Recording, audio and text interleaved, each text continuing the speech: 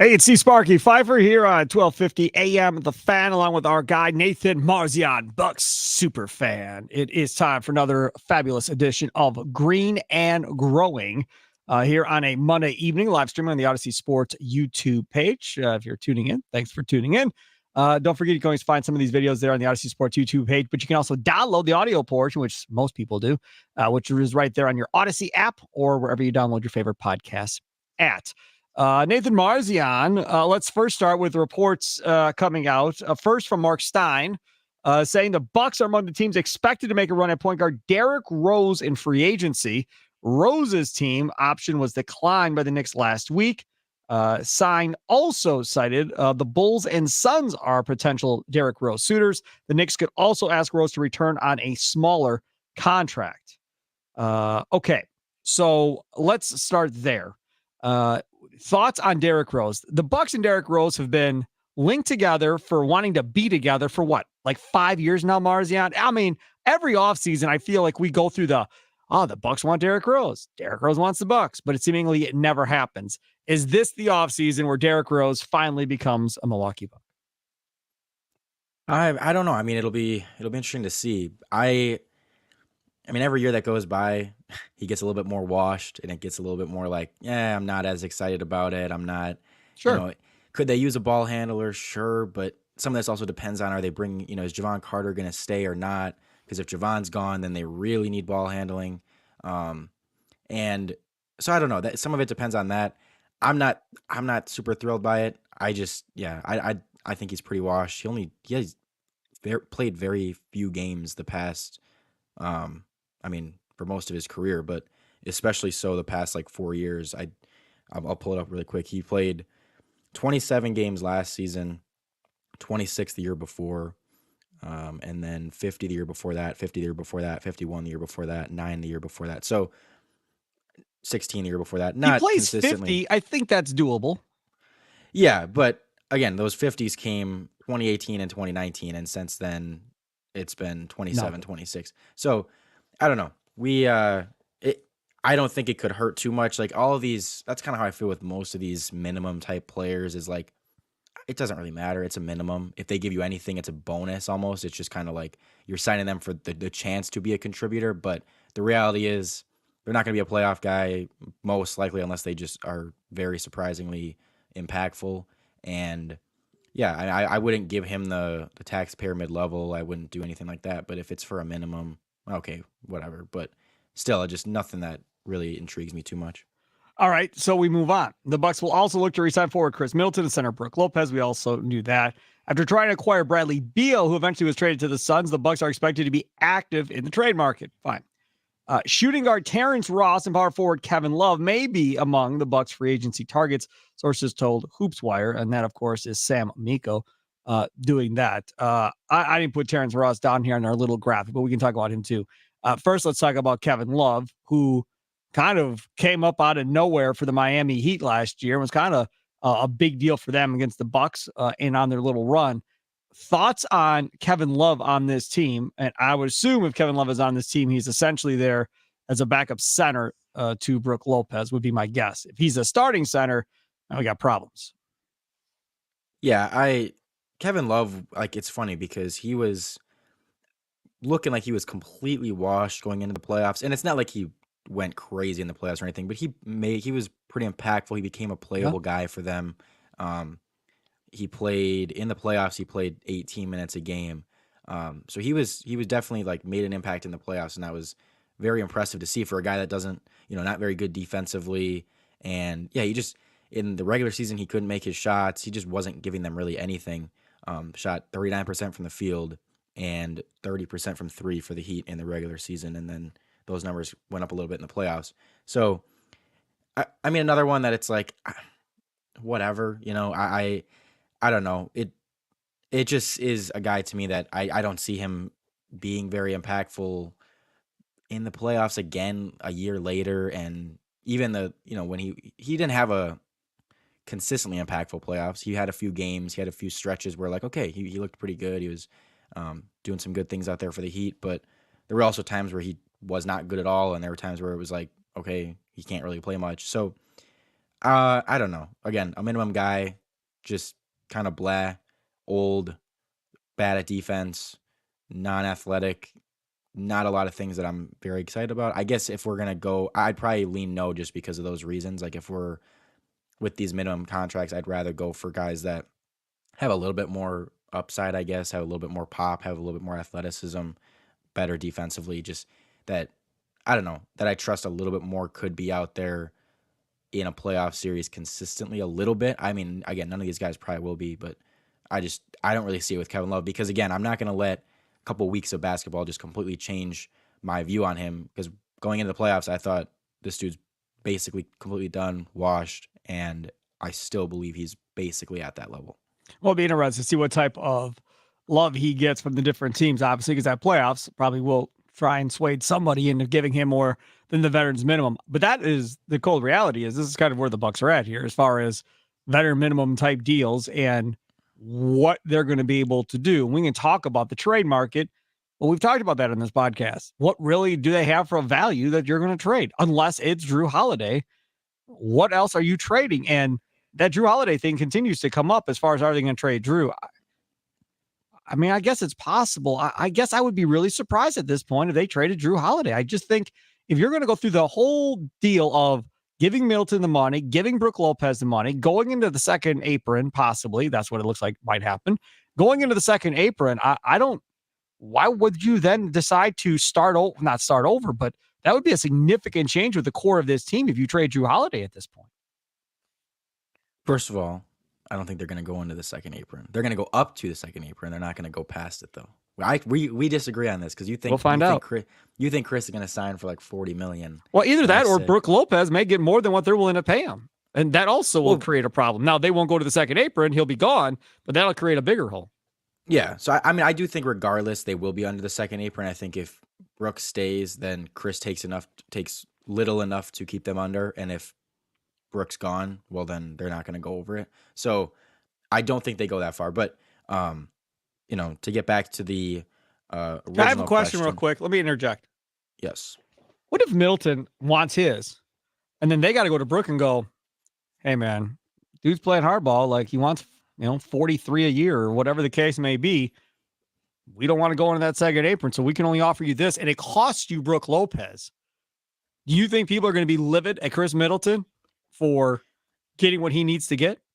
I don't think they would choose staying under the second apron over keeping Brook Lopez unless they really were not completely, but if they really were comfortable losing Brook and saying he's not going to be important to this new scheme, we can live without him. We'll pay. And we don't Chris. know that. Yeah. So I mean, we don't. But I don't see this being a thing where, man, we really wish we could keep both. But man, Brook, we just can't go into the second apron. We're not going to do it. I think at that point, if they really wanted to keep both, they would just go over the second apron, lose their tax pyramid level, and just live with that. So I don't see that happening. If it happens, I guess you could say you have a little bit of a right to be a little bit upset with Chris, because if it would be different if you felt like Chris has, these last couple of years really earned that contract and really, okay, well, he deserves to get paid that much. But given his injuries and stuff, it's like, I can see being like, okay, Chris, why do you have to demand that much? We could. It's just interesting because, like, if you see, now again, the fan bases. Let me clarify this before I say this because Marzion has me like, who cares what the fans think? But the fan bases don't write the checks, right? The fan bases don't recruit the players and so forth. So let me clarify that.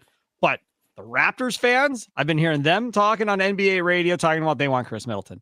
The Kings fan base, all over social media, including the writers, they're talking about Chris Middleton being a fit for the Sacramento Kings going forward. You just wonder if they don't get something done here and Middleton gets to free agency and is able to talk to other teams, how much of a disadvantage that may put Milwaukee at.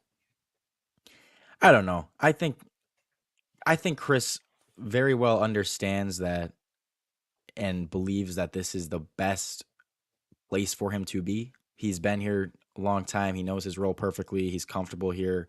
And I think this team values him greatly compared to, again, maybe other teams would not as much. And just being, again, you're competing for a title. You go to Sacramento, yes, that'll be a pretty good team. They're not winning the championship. No.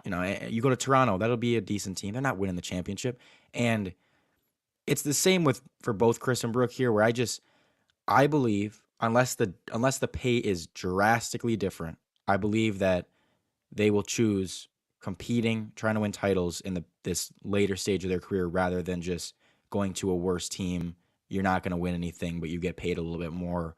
I mean, I think that the Bucks are going to probably give Chris about 32 million ish, and so I just don't see him getting that much more on the market, if any more, because again, not many of these teams have a ton of cap space. I don't see him getting that much more on the market to make it worth it for him to say, hey, I'll basically just punt any chance I have of winning another title and just say, hey, I'll take my money and end my career this way. Same with Brooke. We can offer him, I think it's 3 for 55, 3 for 60, right around there. That's the max we can offer him. Is there a team that's going to give him a lot more than 20 million? I could see the Rockets giving him around that 20, 25. Yeah, Rockets would have the cap space. I think what are they, 60 million in cap space, something like that? Yeah, so I could see them making a nice offer for him, but is it going to be enough that's like, oh yeah, I'm going to go play for the Rockets over the title contending Bucks? I don't know. The Kings, after their draft day deal, I think they're at 38 million is where they currently sit. And now you're talking about using almost over half of it on a center in Brook Lopez. Now, I've not heard them connected to Brook Lopez, but I'm just trying to figure out teams that might have a chance of doing something. The Rockets have no chance of doing anything, I don't think, going forward. The Kings would give him a chance to be competitive in the West. And again, like you said, that's what this comes down to is it my one big last check? I'm going to way out because I've already got a ring. I won a championship. I'm not Barkley, right? I got a ring. I've already got one. So, or is it about winning a second or third ring and taking less money? That's really what it comes down to for both individuals. I have no idea. I mean, you're looking at it from, get as many championships as you can. I think that's fair. And I think they both could be thinking that way. But when you get to the end of your career, and Brooke is definitely towards the end of his career more than Middleton is, then you got to start thinking, okay, well, this may be my last contract. If this is my last contract, how much does money mean to me? And from our perspective, we'll never see $30 million in our life total. We'll never see that much money in our life. So he's already a multimillionaire, as is Chris Middleton. They're already both financially set, or should be, as long as they've invested their money correctly, should be financially set for the rest of their life. And their kids should be financially set for the rest of their lives as well. So it's tough from an outsider perspective to say what they're going to do until we actually see them do it, I guess, at this point. And don't forget, they have their agents in their ears, and their agents are going to cut whatever they get. So their agents obviously want them to take more money somewhere else to get them a bigger paycheck at the end of the day. Yeah, and I mean, again, I'm not going to blame those guys for going, if it's a $10+ million difference or something like that, where you're like, okay, that's pretty substantial. Yeah. If you really are like, I'm not willing to give up that much money to stay with the Bucks, I can at least understand that. I'd be very shocked, and frankly, I would think of it as a mistake a little bit by the player if it was okay. The Bucks tried to give Brooke 20 and offered that, and he went and took 23 or 25 with the Rockets. Like, I just would be like, you're really leaving? Yeah, but what if it's this though? What if it's 3 at whatever it is, 50 or whatever? That's what the Bucks say. But the Rockets or somebody else gives them a 5-year deal instead of a 3-year deal. Same money, but 2 more years added on to the deal. I don't think you can, because there's the over 38 rule that prevents you can't sign a player that's going to be over 38 to a deal more than 3 years. That's stupid. I didn't know that rule existed. Yeah, that's used to be really dumb. How, as a players' union, would you ever agree to such a stupid rule? It used to be 36, and then they bumped it up to 38 a couple years ago. I don't care if they're 45. If somebody wants to give LeBron 5 years at 45 years old, they should be able to give LeBron James a 5-year deal. That is dumb. Let me just tell you, I swear to God, I've never heard of that rule in my life. Really? That's a deal. 3 years. I'll look it up right now. Holy crap, that's stupid. How would you ever agree to that as a union? And you got old guys. Chris Paul was at the front of this thing for a while. Everybody listens to LeBron. They're old. Like, how would you ever allow this to be in the CBA? Oh, stuff I learned on this podcast from Marzion. It's amazing. That is so dumb. So dumb. I want to get Eric Name on just so I can yell at Eric Name about this being stupid. I've not seen that. That is crazy. Well, that takes care of that idea then. Never mind. Just scratch that whole thing out. I mean, I'll leave it in the podcast, but holy cow, that's stupid. How could Yeah, they ever have allowed that? I mean, good for the owners to negotiate that in. Godspeed. I mean, that's brilliant by you, but they don't have that in baseball, and I don't think they have that in the NFL as far as I know. So that's it's wild. yeah. It just Wow. says, what is the over 38 rule? It's a provision that limits teams from offering contracts lasting 4 or more years to any player who is at least 38 years old or will turn 38 during the contract. So they're projecting. So essentially, what this is, we're protecting the dumb GMs in this league and dumb owners from making a horrible deal. It's the owners protecting other owners from being stuck in horrible contracts. That's pretty much what it is. We don't trust ourselves, so we're going to make a rule that we can't screw this up ourselves too badly at the end of the day. Wow. This is the highlight of the podcast. I don't care what happens after this. This one, I'm going to be thinking about this the rest of the night after we get off this podcast. Holy crap, that's stupid. Okay. What players would you want the Bucks to go after in free agency? Now, again, this is a list that was put up. I don't even know who this dude is, but he put up some, what is it? Mask Up Jai on Twitter. Some free agents that could be signed for the veteran minimum. Now, one of these guys, Terrence Ross, was brought up by Sam Miko. We haven't really talked about him. Now, Terrence Ross is a guy, if our memory serves correct, Terrence Ross was in the draft with John Henson, the year the Bucks drafted John Henson. I wanted Terrence Ross, and he went. Did he go right in front of the Bucks because the Bucks moved or something? Either way, that was the draft with John Henson, I'm pretty sure. And I wanted Terrence Ross, the shooter from outside, and it never ended up working. He went to the Raptors, and now he's been in the league, and John Henson's doing TV. Okay, so you tell me, Nathan Marzion, Terrence Ross, longer, old, a little athletic, can still shoot it a little bit, veteran minimum deal. What say you? Yeah, his defense is bad, and the shooting isn't anything. I don't know. It's pretty average, I would say. Um, it's hard because I feel like all these guys I just have the same reaction to. It's like, well, it's nothing. Like they're very meh. There's nothing to really get excited about. That's why they're veteran minimum deals, Exactly. Yes. Well, that's what I'm saying. Exactly. I'm. Yeah, that's what I was getting to. Like, Yeah. but it's a minimum deal, so like, you can't really complain too much.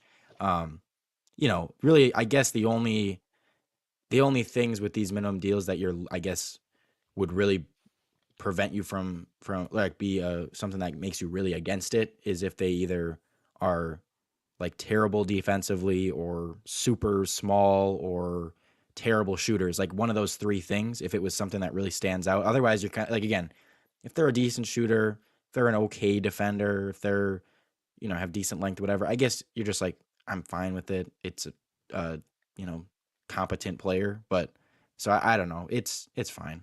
Would you rather have a younger player on a veteran minimum deal or the older vet that's been through it? I'll bring up a name, Frank Kaminsky. He's a younger player compared to a lot of these veteran minimum guys that could be out there right now. The former Badger that's had, a little run here and there would be a guy that would be kind of off the bench, can shoot the 3 a little bit. Not going to block a ton of shots necessarily. Only probably going to play 15 minutes or so behind Brook Lopez. What do you say about Frank the Tank? I know he's a Badger. Let's move past that. It's hard. That's a hard thing for me to move past. You gotta. I know. I know. Frank Kaminsky's not ever going to be playing meaningful minutes, so I don't care. I'm not. But again, and if we're signing a guy to a min, do I expect him to play meaningful minutes? No, but do I want to at least have? There's a possibility that in a crunch I can throw him out there for a few minutes. Frank Kaminsky, I'm not throwing Frank Kaminsky out there. If they're like in a freaking playoff game and we're in foul trouble and Frank Kaminsky's checking in, you might as well wave the white flag at that point. What about Sam Decker? He's not on this list, but Sam Decker's been playing overseas, playing well. You see his highlights. He puts up on social media all the time, playing well overseas. He can shoot it. He's a vet. He's not super old necessarily. What do you think about Decker? I'll tell you right now, I'm all in. Like, you want to give Decker that type of deal to be a guy that just comes off the bench and scores. I mean, defensively, he is what he is. But offensively, I think he can still score the basketball a little bit. Yeah, he at least has, one skill that you're like, okay, I know he can do this, which is shoot. Whereas again, Frank Kaminsky in the NBA, what is he going to hang his hat on if he has to be out? There's nothing that I'm confident he can do out there. Well, so Threes would be the only thing. But even that, I mean, Frank Kaminsky's I don't know what he not shot last year, but that would be my first thing that I would think of with Kaminsky would be, 3-point shooting. You're down, you need a three. He's your big on the floor. But again, you have Brook Lopez, so there's no need to take Lopez off the floor if you're down three with a three needed, unless he was hurt or in foul trouble at that point. But I would think Kaminsky's probably 3-point numbers are decent without looking at them. And I know Marzion is looking it up right now to see what his 3-point numbers are like. But either way, yeah, he's gonna. I was reading about the over 38 rule. That's the thing, though. I mean, I agree with you.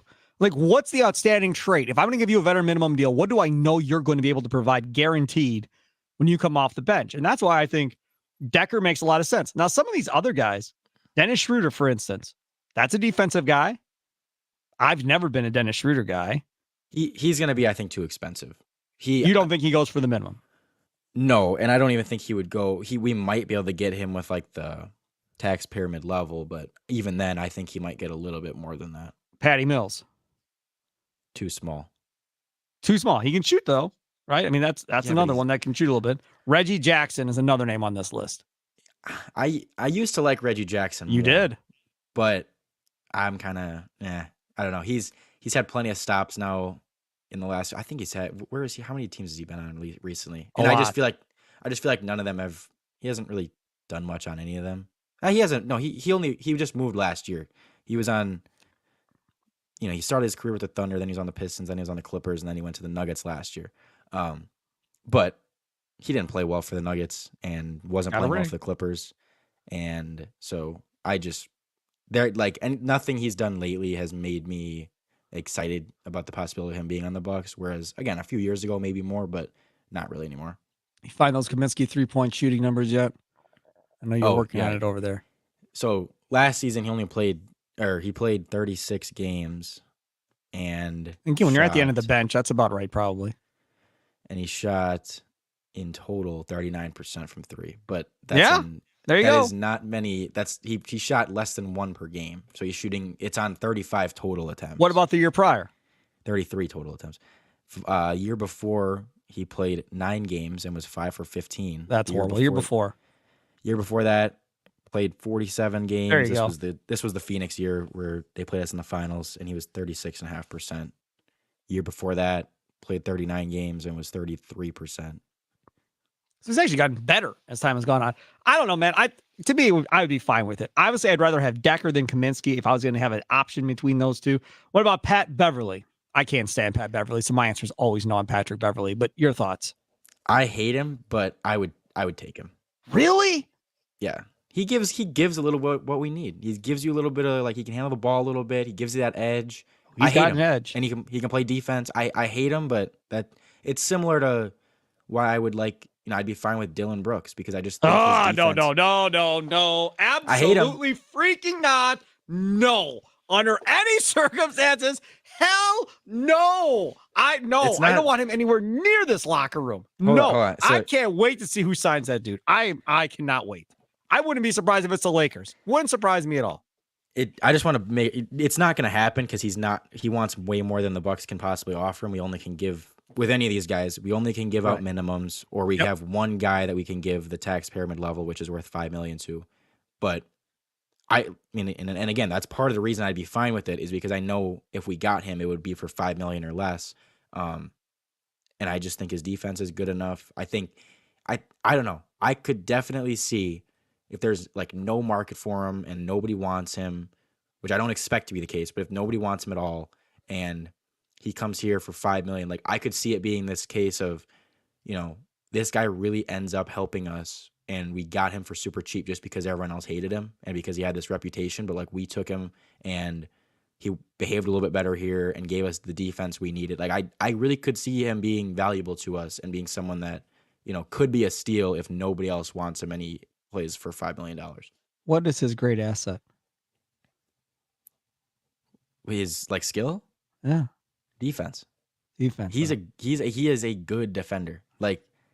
Legit. He's a wing defender. That's what we need. I understand. There ain't much else after that though. And again, this is my thing is he really is one of the not the best, but he is a like legitimately good wing defender. And so to get that for $5 million, I'm like, that's a steal to me. That's arguably our biggest need. If we can get a legitimately good wing defender, proven wing defender for $5 million, that's, I mean, I don't see him coming here and being the same type of guy he was in Memphis. That's the thing. Exactly. Do you think he will shut the hell up at his next stop? I do. I just think having Okay. our guys in place, that helps with the culture thing. Who in Memphis was gonna tell him to shut up? They have all these Nobody. young guys. They have all Right. these young guys. It's John Morant, who we know what John Morant's been doing. It's Jaren Jackson. It's Desmond. But none of these guys are gonna prevent him from talking and prevent him from, going over the top. We have Giannis, Christian, Drew. It's gonna be like, dude, shut the hell up. Like we're trying to win a championship. No, I hear you. That would be great. All right. Forward bigs, again, Jay Crowder. No, that's done. Thomas Bryant. I like Thomas Bryant. I don't know if you get him on a veteran minimum deal, but I thought he did some good stuff this year watching him. Andre Drummond. Must call him Drummond. Andre Drummond. Alex Len. Awful. Watched him in Sacramento. Awful still. Been awful since he got drafted. No, don't want him. Dario Saric. Maybe, I guess. Biombo. No. Any of those guys stick out to you? Because right now, I believe you have Pat Beverly and you're okay with Sam Decker. That's where we're at with Marzion right now. And Dylan Brooks. Oh, and that idiot Dylan Brooks. Yeah. Okay. So those are your three. All right. What else? Any of those other guys? Thomas Bryant's okay. I want to ask about like it's gonna sound but about Crowder. So we basically, if things kind of fall into place like we think they might, if we might end up having about like a $5 million slot that we can re-sign one of our own guys with, and it would be one of probably either Javon, Jay Crowder, or Ingles if none of those guys want to play on a min. I don't think Javon or Jay will play on a min, but Ingles maybe would. But like, if that's available, would you rather give one of those guys that $5 million, and if so, who? Or would you rather just let them all go and sign someone else on a min? I'd let all three of them go. Toodles. Enjoy your next stop. You would rather have one of these minimum guys than Javon Carter for $5 million. Listen. I'm gonna gonna say say Javon. I've seen all you people on social media making fun of those people that want this team to get a little bit younger. Y'all, we cannot continue to play with these old, slow dudes, man. So you can come after me too. Joe Ingles, slow, right? Yeah, Joe's fair. Crowder looked old and slow as well, and he was all mad at Bud. Dude, you didn't do anything when you were on the floor to justify playing more than you did. So that's on you. Carter's not old and slow. So, okay, fine. I guess of those three, Javon Carter, I'd be open to. Of those three, bringing back Carter gives you something, gives you a little energy, gives you a little spurt, can get hot and shoot a little bit and create some energy for you. So I can justify Javon Carter. The other two, I'm done with. Like, we can move on from both of them. Let them go play somewhere else. Would you be okay with Ingles on a min? Sure. Yeah, like me too. I mean, I'm fine with that. Again, Crowder, I don't think is a min possibility. Obviously, if it is, then sure, go for it, whatever. I just don't think you're going anywhere. If this roster is virtually the same damn roster next year, it's going to be the same damn result again. I may not be the Heat this time. Maybe it's somebody else, but I'm sorry. This roster didn't get it done this year, and it ain't going to get it done next year when everybody's another year older again. But I do want to ask, I mean, there's an argument to be made, and I agree. I want them to make some moves. It's why I want to see them try to trade Bobby or Grayson, because to me, that's the best avenue for an upgrade, because you're not going to upgrade by signing these minimum guys on the end of the bench, and you're not going to trade the top guys, most likely. So really your only avenue is to look at those middle guys and try to upgrade there. But there's an argument to be made that it wasn't as much of a roster issue as it was coaching. I mean, and the roster was hurt. Like, Giannis got hurt. And so you could argue that if the roster was fully healthy, they would have maybe still made the Eastern Conference Finals. I mean, I don't think they would have won the finals because of the coaching.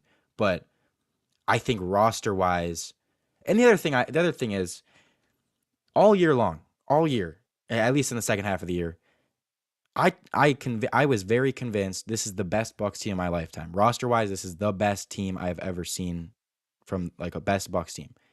And I don't know if I can just let 5 games say, "Nah, this roster sucks. It's not good enough. There's no way." I thought it was more coaching issues, and to fix that coaching stuff, if you can keep a really, in my opinion, good roster together, it's not a perfect roster. I'm not sitting here saying that they shouldn't change anything, but if you can keep keep the main stuff together, I'm fine keeping Javon. I'm fine, again, if Ingles wants to stay on a min, whatever. I would be honestly trying to keep Javon if it's for $5 million. I think that's a very fair deal. I think, again, he gives you some of the ball handling you need. He's a good defender. So like if Javon was an outside free agent to me, and we were talking about these guys on minimum deals or tax pyramid levels, I think we'd be saying, and he was on another team the last couple of years, I think we'd be like, yeah, let's go get Javon Carter. He's a good defender. He can shoot. He's looked pretty good. He can give you ball handling. But since we had him the last couple of years, people just want it to change. And it's like, well, no, he was actually pretty good. Like, I'm not saying he's great. I'm not saying he's going to be playing 25 minutes a night in the playoffs, but I think he's someone I'm more than willing to keep around. And like, again, if there's no market at all for Crowder and he wants to play for a min, whatever. I mean, if he can look like a little bit of his former self, then that's probably a win. But let me ask you this. Would you entertain Nathan Marzion getting a Kuminga or a Moody and giving up one of the vets on this team and whatever, if Golden State's trying to put together, a go for it type team to compete with Phoenix, and you get one of those young guys back that haven't lived up to the hype probably to this point at Golden State? But wait, who are we giving up? Say it's Portis. I mean, we know my thoughts on Bobby. Like, you're done with him. I know what your thoughts are, but I'm just saying you're getting younger, but you're getting younger with a guy that hasn't been proven since he's been in the league. So it's essentially a question mark, and you're going to expect him to play if you're trading him for Portis.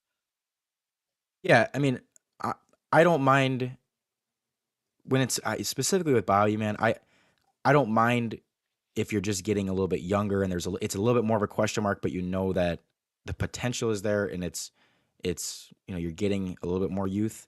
Just because, again, I don't know what Bobby's given us in the playoffs. So even if this next person comes in and isn't very good, I'm not sitting there going, oh man, if we hadn't traded Bobby Portis, that would have changed everything. But the same can be said about Drew. What do you mean? I think if we trade Drew, I think there's definitely a chance we're looking at something going, man, if we had Drew's defense, if we had Drew's. But you'll get something more significant for Drew than you would for Bobby Portis. Yeah, but I think they're trading Drew for youth hurts your title chances way more than trading Bobby for youth. I don't even think it's close, because I still know that Drew's going to give me he's going to be good at least on one end of the floor in the playoffs. I agree. And he has his offensive moments in the playoffs. He has had some good series, some good games. Obviously for the most part it's been pretty bad, but I mean, this guy, it's not like he just consistently has never had a good game in the playoffs once ever. No, he's had some good moments, and it's still someone that I believe at any night I'm like that he could put up 25, 30. Whereas again with Bobby Portis, it's just like I don't trust that he's going to be playable. So that's been my thing with Bobby, is I'm more willing to just kind of turn him into whatever it is. If it's someone that helps us a little bit more right now, but doesn't have as much potential, fine, because that gets you better right now. If it's someone that maybe isn't, proven right now, but has a little bit more potential down the road, fine too. I don't think you're giving up much in Bobby Portis because of what we've seen in the playoffs. And maybe I'm wrong. The only way that I think I'll be wrong is if it turns out to be some coaching thing, and that's what I've been seeing people say. Oh, well, Bobby wasn't good just because Coach Bud didn't play him enough and didn't use him right. I would argue you didn't play him because he wasn't good. I don't know. Let's real quick thing to end here. Jeff Goodman tweeted this out from Basketball Analyst for the Stadium. 2018 NBA draft. 17 of the 30 players drafted in the second round are out of the NBA. That's 5 years ago. Gone. 2019, 17 of 30 players drafted in the second round are out of the NBA. That's 4 years ago. 2020 NBA draft. 18 of 30 players drafted in the second round are out of the NBA. I mean, we're talking over half of that round is gone. I've said it before. I'll say it again, folks. That second round is going bye-bye. I'm telling you right now, we're headed towards a day, maybe in 5 years, whatever. They're not going to go to a third round. They're going to do one round. And then the rest of this is going to be undrafted free agents like what Miami made a living with. And it's going to be a one-round draft because nobody values them. Oh, here's 10 second-round picks. And then as a fan, you're going, what the hell are we doing? But when you see numbers like this where over half the second round is out of the league 3 years later, 3 years later, gone, not even in the league. I think it's going to go bye-bye, and the draft's going to be one round and then the rush to get guys signed. And look, say what you want. Drew Timme was the most popular guy the Bucks did on draft day right now. I saw a story on Drew Timme signing with the Bucks, an Exhibit 10 contract on Yahoo.com, Marzion. Everybody fired up for Drew Timme out of Gonzaga to play in the Summer League. I can't wait. I'm so excited. I mean, he's like 40, but who cares? It'll be fun. Are you a big Summer League guy or no? I will watch it. I try not to get too invested because I'm like, I don't want to take anything away from this. I don't want to be sitting here going, oh yeah, Chris Livingston really could be an impact player for us. It's like, get the hell out of here. Like, it's not happening. Don't even trick yourself into thinking from Summer League that you can take anything away from it. Last year, like, there was, I don't know. I remember Marzion was shooting pretty well at the start, and it was kind of like, I'm not going to sit here and think that, okay, Marjan's going to be a 40% three-point shooter now just because he's hitting shots in Summer League. So I try not to pay too much attention to it just for that reason of like, don't even let myself draw anything from this and overthink any of this. It's meaningless. It's supposed to be just fun basketball. So I'll watch it for that. I'll watch it just to, see glimpses of stuff and whatever. I can't wait for the California League. I can't wait. I wish I lived in Sacramento to go see Wembanyama. I wish I was there to go. He's going to play in Sacramento and he's going to play in Vegas. He's going to play in both Summer Leagues. As a fan, we're going to see, because Summer League, there's no defense, right? There's not a lot really going on. So he should have a field day if he's all that in a bag of chips. So I want to see just how good this dude is. We've seen all the other greats play in Summer League and do what they do. I want to see how good he looks in the Summer League because he should dominate. That's the other thing I don't like about it is when like a first rounder has a nice game in the Summer League and they make a huge deal about it. I'm like, they were a first round pick. I hope that they're having a good game in the Summer League. I'd be concerned if they weren't, so it'll be, oh my God, Wemby had 30 points. He's so good. And it's like, he's playing against guys that are not even in the NBA. Like, so that's the other thing I don't like about it is that all these, top guys get all hyped up and propped up because they're scoring 20 and 30 in the Summer League. And it's like, if you weren't, I'd be pretty concerned because if you can't do it in the Summer League, you're not doing it in the NBA. Yeah, probably not. No, you're right. Nathan Marzion, follow him on Twitter, Nathan Marzion. Follow me at Sparky Radio. And again, don't forget, we record twice a week, Mondays and Thursdays. You can always download it on your Odyssey app or wherever you download your favorite podcast. At Nathan Marzion, always fun, my friend. Enjoy the rest of your week. We'll talk to you on Thursday. Yes, sir.